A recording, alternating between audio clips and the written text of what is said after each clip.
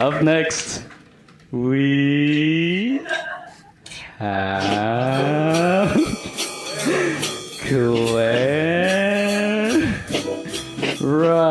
Good long walk. Thank you.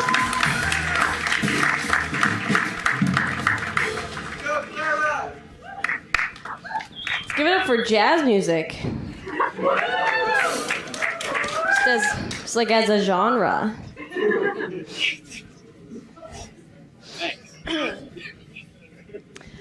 I've got a message for all of the white men out here in the audience tonight.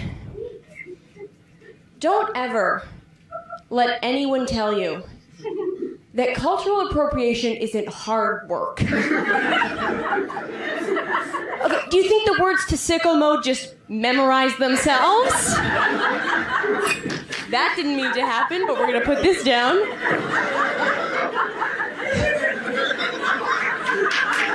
Thank you. Do you think integrating the word deadass into your vocabulary is a passive act? No! That took time and effort. You put in those hours and I see you. You are seen. There you go.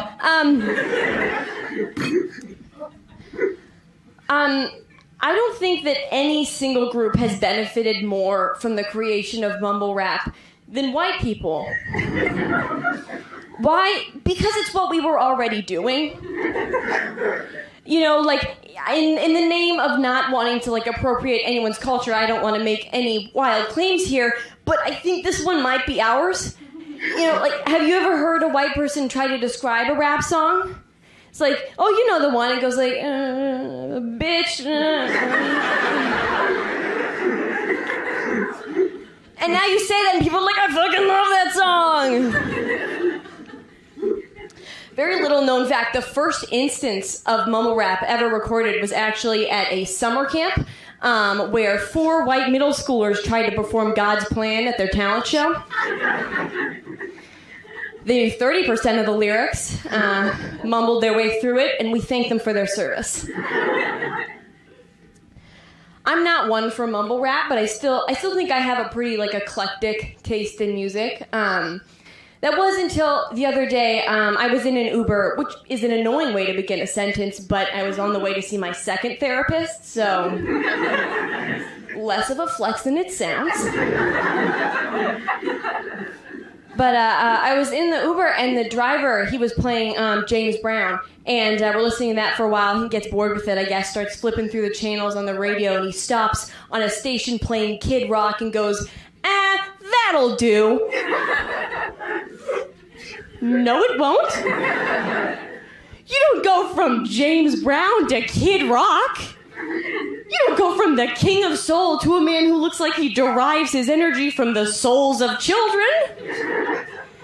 These two things, they're not comparable. It'd be like if you went to a restaurant and your waiter was like, oh, sir, I'm actually sorry, we're out of the filet mignon, but I can go out back and grill you an emotional support puppy.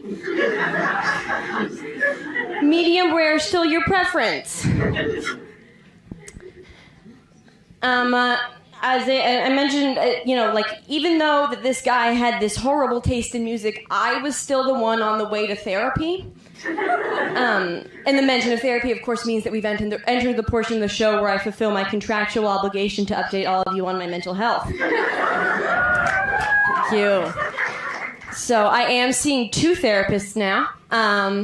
I was explaining why to my friend the other day, and I see 2 therapists now because in the past year I've developed some new mental health problems in addition to the other ones. And it's unreasonable to ask one therapist, one person, to deal with all of those problems.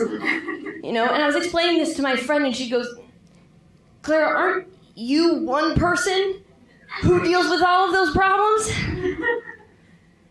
I was like, fuck, that's a great point. I'm gonna have to process that with at least one of my therapists.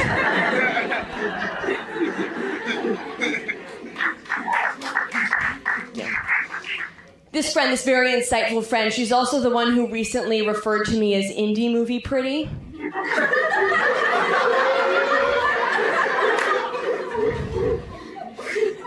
I don't totally know what that means yet.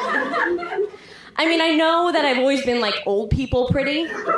Like old people pretty is when old people call you pretty, but what they really mean is like your acne is better than the last time I saw you, and your clothing is less revealing than what my granddaughter wears.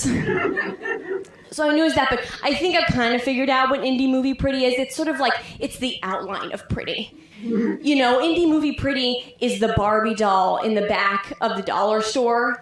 You know, but like Barbie is spelled with a Y for copyright reasons. And the price is marked down due to a manufacturing error because like Barbie's pupil's like a little bit to the left. But it's still Barbie, you know?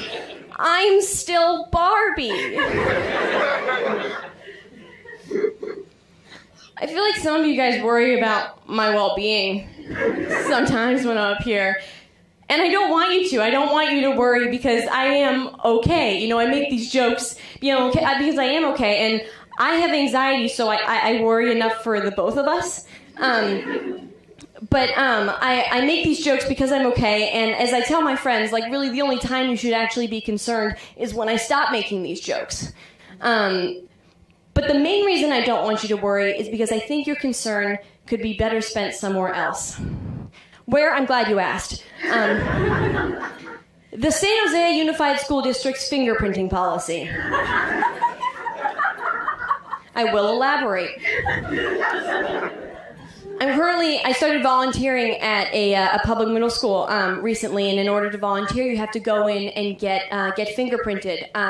And so I went into the Human Resources Office of the San Jose Unified School District, and I go in to get fingerprinted. As it turns out, it's very difficult to fingerprint me for some reason. I don't have an explanation for that, but it seems on brand. And they're having a very hard time trying to fingerprint me, and I'm thinking to myself, like, I don't remember burning off my fingertips. The people at the San Jose Unified School District did not think that was very funny either.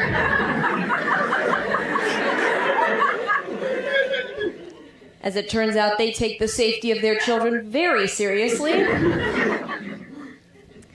But you do have to wonder how seriously, because I was recently alerted to this policy within the San Jose School the old SJUSD. It's a policy where, because they couldn't fingerprint me, I reached out to the school and I told them, hey, I won't be able to start on my normal start date because my fingerprints haven't been processed. And they write back to me and they go, actually, it's okay. We have a policy where you are allowed to volunteer a single day without fingerprint clearance. I think they are grossly underestimating the amount of damage I can do in a single day. I think they're underestimating the amount of damage anyone can do in a single day. I mean, like, I feel like I now have, like, a civic duty to, like, really go in and fuck shit up just to bring about reform. And I don't want to go in, I'm not trying to, like, emotionally scar any of the kids. I'll probably just go in and be like, hey, Kid Rock's the new James Brown, and leave. I haven't worked out the specifics yet. But the one thing I know is that if anyone from the San Jose Unified School District heard half of the things I said tonight, I really think we'd start to see some real change in this city. Thank you so much.